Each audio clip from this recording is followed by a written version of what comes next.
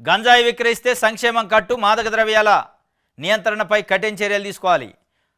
AP anti narcotics task force పేరు ఈగల్గా మార్పు, విద్యా సంస్థలు సచివాలయాల్లో కమిటీలు ఏర్పాటు, డ్రగ్స్ దుష్పరిణామాలపై పాఠ్యాంశం రూపకల్పన, కేబినెట్ సబ్ కమిటీలో భేటీలో మంత్రి నారా లోకేష్ వెల్లడి చేసిండు. గంజాయి విక్రయిస్తేట సంక్షేమం కట్టు, మంచిదే.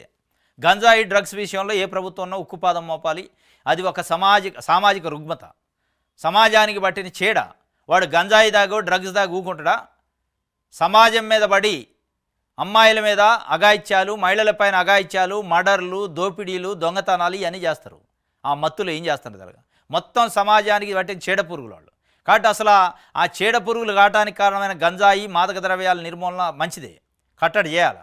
దానిపైన కేబినెట్ సబ్ కమిటీ నిన్న కూర్చొని గంజాయి విక్రయిస్తే సంక్షేమం కట్ట అంటున్నారు.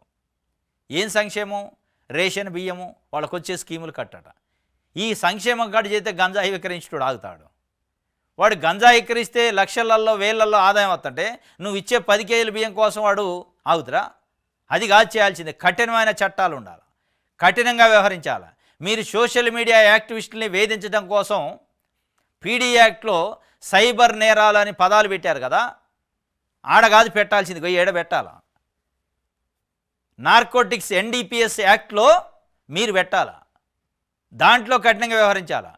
ఈ నీకు సంక్షేమం కట్ చేస్తారు, రేషన్ బియ్యం, టీ పొడియం, పంచదార ఇయ్యం అంటే ఎవడు ఆగుతాడు? అసలు గంజాయి స్మగ్లింగ్ చేసేవాడు, గంజాయి వ్యాపారం చేసేవాడు రేషన్ బియ్యం కోసం, కిరాసనాయిల కోసం ఆగుతురా? కాబట్టి ఇది కాదు మీరు చేయాల్సింది. మీరు చేయాల్సింది సంక్షేమం కట్ చేయడం కాదు, కఠినమైన చట్టాలు ఉండాలి. ఇంకోటి, గంజాయి విక్రయిస్తే ఏదైతే మీరు సంక్షేమం కట్ అంటున్నారో, ఇసుక, బూడిద లాంటి, మైనింగ్ లాంటి మాఫియా మట్టి అమ్ముకుంటున్నారు, ఇసుక దోపిడీ, లిక్కర్ దోపిడీ చేస్తున్నారు. ఇవాళ తెలుగుదేశం పార్టీ నాయకులు అధికారాన్ని అడ్డం పెట్టుకుని వాళ్ళకి పదవులు కట్ చేయండి, వాళ్ళకి పార్టీ నుంచి సస్పెండ్ చేయండి. ఇవాళ మీ పార్టీకి సంబంధించిన municipal chairman, BJP party MLA Adinarayana Reddy ఇద్దరు రోడ్డు మీదకి వచ్చి కొట్టుకుంటున్నారు, బజారు పాలు చేశారు పరువుని.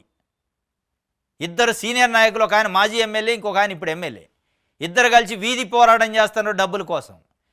బూడిద అమ్ముకునే దానికోసం వీధి పోరాటం చేస్తాను. మీకు కనపట్టలేదు అది. ఇక దానిపైన చేయాలి. కట్ చేస్తే వాళ్ళని కట్ చేయండి. కట్ చేసే దమ్ము నిజంగానే గట్స్ ఉంటే కట్ చేయండి. అట్లా ఇవాళ లిక్కర్ మాఫియా చేస్తున్న తెలుగుదేశం పార్టీ నాయకులు కట్ చేయండి, వాళ్ళకున్న పవర్ని. ఇసుక మాఫియా చేస్తున్న వాళ్ళు కట్ చేయండి, మైనింగ్ మాఫియా, మట్టి మాఫియా చేస్తున్న వాళ్ళు కట్ చేయండి. నువ్వు గంజాయి విక్రయించుకోండి, రేషన్ కట్ చేస్తే ఆగడాడు.